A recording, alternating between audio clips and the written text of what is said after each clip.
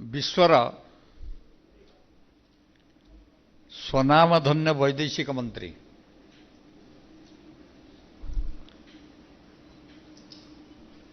जहांक समय रे भारतर सुनाम सारा देश सारा विश्व में व्याप्त होती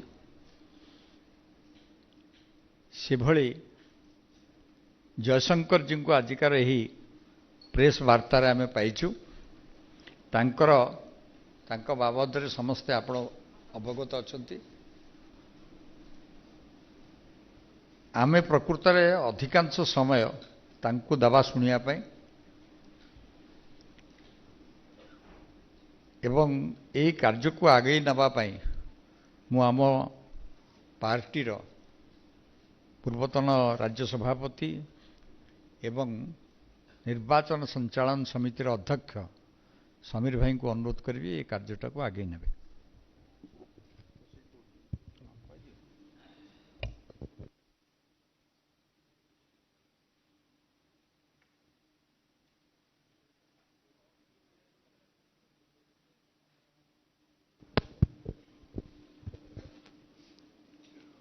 आजिकार ये प्रेस मीट रे उपस्थित समस्त इलेक्ट्रोनिक्स मीडिया एवं प्रिंट मीडिया रो समस्त बंधुगण को मो सर्वप्रथमे स्वागत करुछि। निर्वाचन परिप्रेक्षी रे समग्र भारत वर्ष रे देशर वैदेशिक मंत्री डॉक्टर एस जयशंकर गस्त होउछि। विशेष करी भारत वर्षर जो विश्व भातृत्वर अयम आरंभ होइछि समग्र विश्व रे भारत वर्षर अस्मिता को गौरवान्वित करिसेंती। यशस्वी प्रधानमंत्री नरेंद्र मोदी समग्र विश्व रे नेतृत्व प्रति आस्था स्थापन होइछि एवं समग्र विश्व रे बसवास करुथिबा समस्त भारतीयंकर जो सम्मान वृद्धि होइछि तार जे बिंधाणी तार जे मुख्य आर्किटेक्ट कहले अत्युक्ति हेब नहीं। आज आम समस्तंकर सौभाग्य ओडिशा राजधानी मंदिर मालिनी सहर हजार हजार वर्ष पूर्वरु आमर पूर्व सूरी माने जो भली उत्कृष्ट गौरवर अधिकारी आमको करैछंती तार पराकाष्ठा आमे समस्ते जानिछे। लिंगराज मंदिर हो कोणार्क मंदिर हो जगन्नाथ मंदिर हो ये आमको गौरव आनीची ओडिशार ओडिया मानकर। तो से दृष्टि मु आउ विलंब न करी मु डॉक्टर एस जयशंकर जी को अनुरोध करी से ये जो परिप्रेक्षी रे ओडिशा गस्त होइछि से आपण मानक सहित ये विषय किछि रखिबे आपण मानक सामने रे।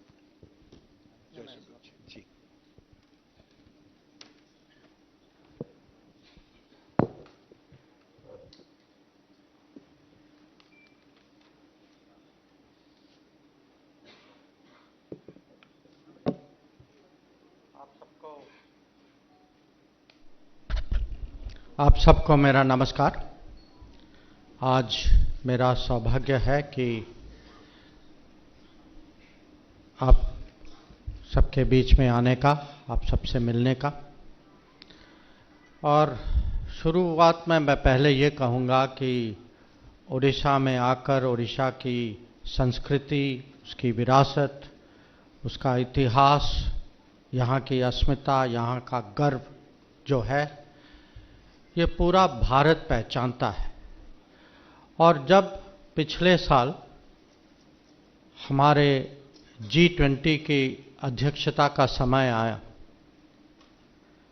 तो मोदी जी ने बहुत सोच के, बहुत विचार करके ये निर्णय लिया कि हमारा जो मेन पिक्चर जो होगा, जो हमारी ब्रांडिंग होगी दुनिया के सामने, ये होगी यहाँ के जाने माने कोणार्क चक्र का।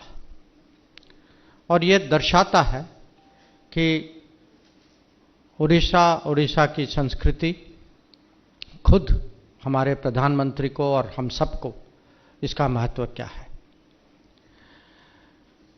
मैंने G20 की बात तो की, मैं आगे भी कुछ कहूँगा इसके बारे में, पर आप यह भी जानते हैं कि G20 हम लोगों ने एक उत्सव के तरीके से मनाया था।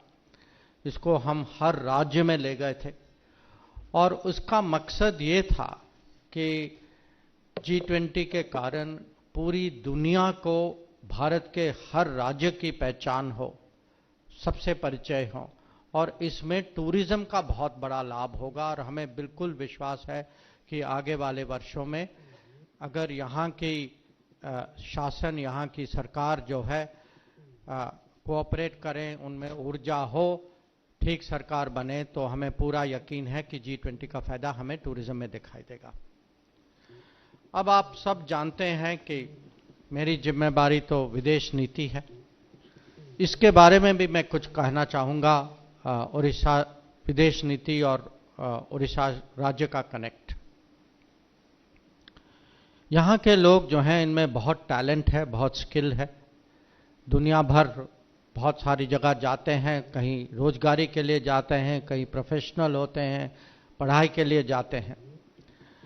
और पिछले जब से मोदी सरकार आई थी, एक बहुत बड़ा परिवर्तन जो हम लाए थे ये था कि पासपोर्ट का इशू, इसको हम कैसे और उसकी प्रक्रिया हम कैसे और सरल बनाएं।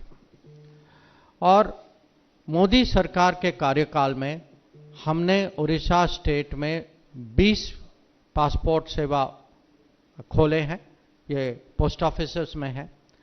और इसके कारण हर साल यहाँ 1.25 लाख पासपोर्ट इशू होते हैं, जो पहले की तुलना में बहुत ज़्यादा है। अब पासपोर्ट इशू होते हैं तो यहाँ के नागरिक जो हैं दुनिया भर, ये तो स्वाभाविक है कि वो बाहर भी जाते हैं। और जब बाहर जाते हैं तो अब आज की दुनिया ऐसी है कि संकटें आती हैं। और आपने तो सुना है कि मोदी की गारंटी जो है दुनिया सीमा से बाहर भी काम करती है। कोई फंस जाता है तो ये हमारा कर्तव्य है, हमारा आश्वासन है कि हम उनकी देखभाल करेंगे।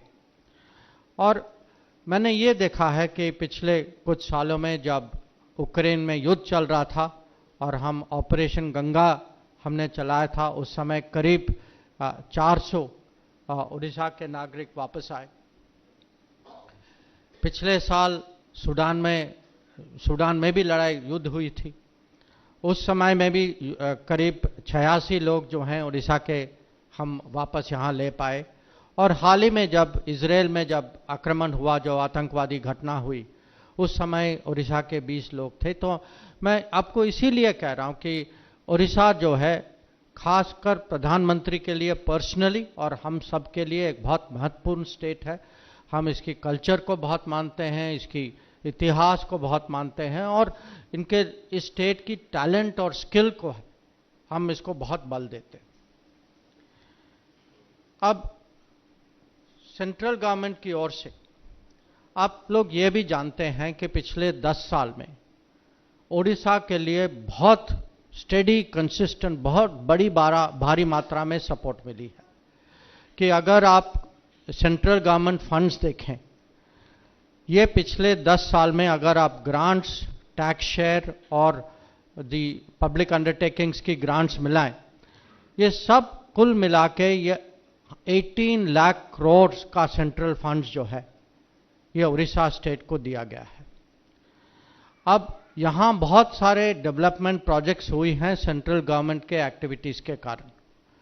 सागरमाला में 53 प्रोजेक्ट्स जो 54,000 करोड़ के हैं, ये सैंक्शन हुए हैं।